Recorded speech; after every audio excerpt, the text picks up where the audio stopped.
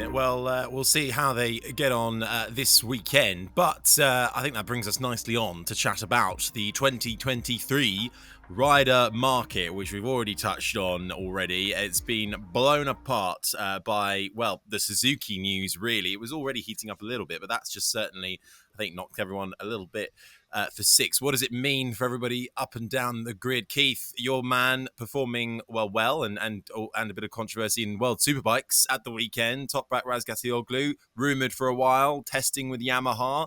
Will he find a place on the grid for next year? Franco Morbidelli not performing too well. What are your thoughts on that situation? Yamaha would be mad to overlook Toprak. I mean, Kenan Sofuoglu, his manager and 6 times world or 5 times world supersport champion, knows that market really well. He's going to ruffle a few feathers on both sides of the fence, on the rider side of the fence and on the management side of the fence. I can see Kenan being a really tough negotiator. Yamaha, what choices do they have?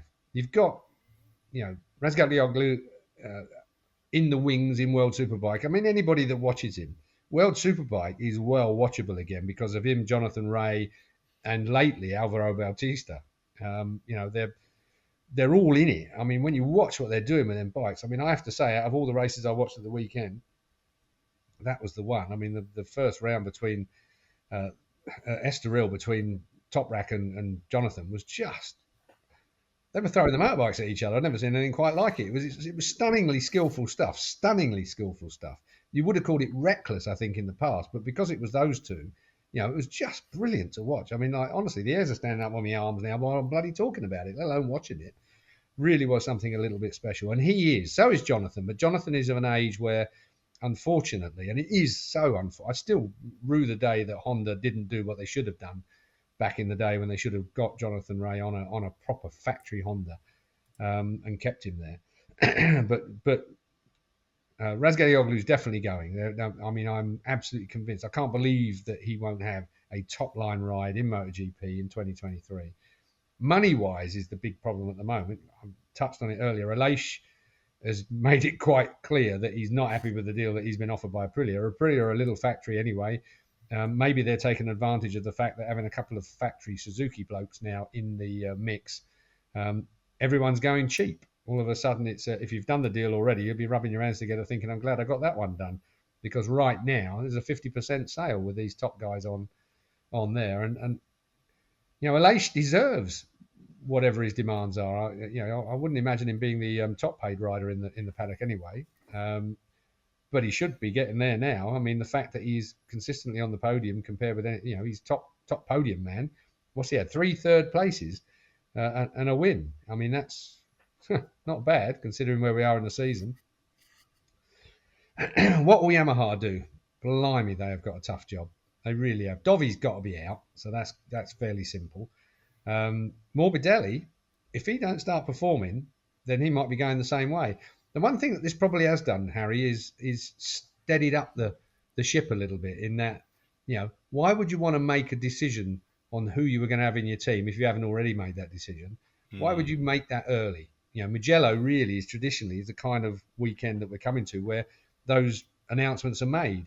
But if I was management, I'd be, hang on, let's hang off a little bit. Why would we need to make it so early? Yeah, okay, if there's a PR job to be done, let's do that. Let's announce a new sponsor. Let's announce a new, this, that, and the other. But let's just hang back a bit with the rider market and see how this all flops out. You're right, actually, Pete, and as well on this, Rin saying he's talking to Yamaha too, so throw him into the mix. But rumours are that the RNF, the satellite Yamaha team as well, we expect Dovi to probably go at the end of the year. Rumoured they might switch to Aprilia to sort of take up that baton, and that's going to suddenly harm the chances of maybe a Toprak if they want to bring him in there, or younger rookies. So what's the impact of that? It's going to be a really sort of bit of manoeuvring that has to go on in the next few months. Exactly, Harry. Yeah, there's so many pieces to this puzzle, isn't there? It's not just the at first sight, the rider team, put them together, there you go. At the moment, there isn't a satellite Yamaha team for next year. There's no contract signed with anybody to run satellite Yamaha. So they would, as things stand right now, there is a seat alongside Franco Morbidelli. Morbidelli already has a contract for next year. So And of course, we expect that seat to go to Quartararo. I mean, it'd be madness for him not to stay. So, I mean, the Toprak thing, that actually is quite a powerful pull factor for Yamaha to stay with RNF or to keep that satellite team, because as you say, otherwise, where else would they put him? They risk losing him, really, to another manufacturer. We've got this test coming up that we believe is going to happen, I think, in June, probably Aragon somewhere, presumably with the Yamaha test team. So you'll have Cal there, which is perfect, isn't it? Cal, MotoGP race winner, someone who's come from Superbike as well. He's made that transition. He knows the sort of pitfalls that Superbike riders can make when they first get onto a MotoGP bike. All of his data to compare with, advice from Cal, that's the final box to tick for me. I think, coming back to this question of Toprak and MotoGP, the way he was riding at the weekend, it's that Marquez style, isn't it? I was saying this as someone who's not an ex-rider, but just looking at it, that the back wheel in the air, the Marquez style save, even. I mean, fantastic, wasn't it? But would that work with the Yamaha? That's the only bit that you maybe think. There's certainly bikes on the MotoGP grid. You can imagine that style working very well with. How would it get on with the Yamaha? We'll see at this test. I think that's sort of the final box to tick as far as Toprak. Apart from, as Keith mentions, putting together the contract, the money, and all these other factors that maybe people overlook, but they're going to be important. He's a well-paid guy in Superbike, and he's doing very well there. And let's face it, it's going to be World Superbike's loss if he does go to MotoGP, isn't it? I mean, what a shame if this fantastic rivalry that we're seeing now has to come to an end. Of course, it never lasts forever, but this great three-way fight that they've got this year in Superbike will end with Toprak leaving for MotoGP. That's the only thing that maybe will be a shame. But for his career, and I think he deserves to have a chance in MotoGP, absolutely. If he goes MotoGP, there'll be a lot of big names that will be coming to World Superbike. So I wouldn't be too worried about that. In actual fact, the market is okay. It might some would consider World Superbike to be a league down, if you like, compared with MotoGP.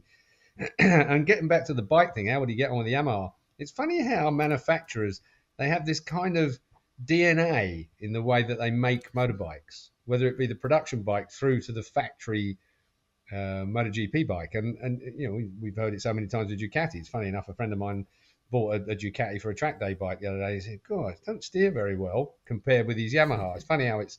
So what I'm saying is the DNA of what Toprak has been used to. And remember that Valentino and all the others, they use R1s for test track days and bits and pieces as well. I think that DNA is there, and I think that Toprak will get on the bike, and he's going to love it. He's going to love it. But Yamaha have still got to pick up the pace and give him what they need for 2023. Keenan's not a daft sod, is he? I mean, he sort of balked at the idea of Toprak coming across to a satellite team this year, if you like, and if that was an availability or whether it was just PR, I don't know. But at the end of the day, 2022 would have been a bad year for Toprak to come across. 2023 might be the perfect year.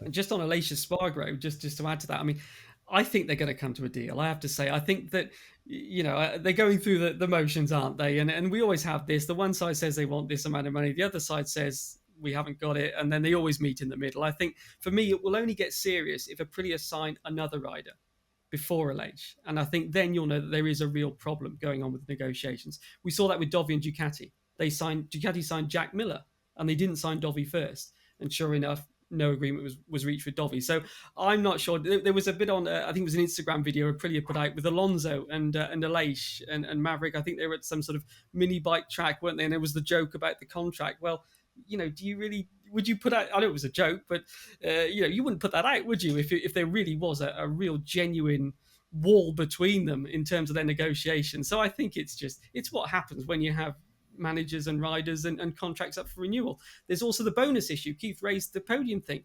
Aleix is making a lot of money from bonus money at the moment, and you can bet that Aprilia will be saying for next year, well, hang on a minute, this bike is now a regular podium finisher. The bonus for a podium isn't going to be as high as it was before.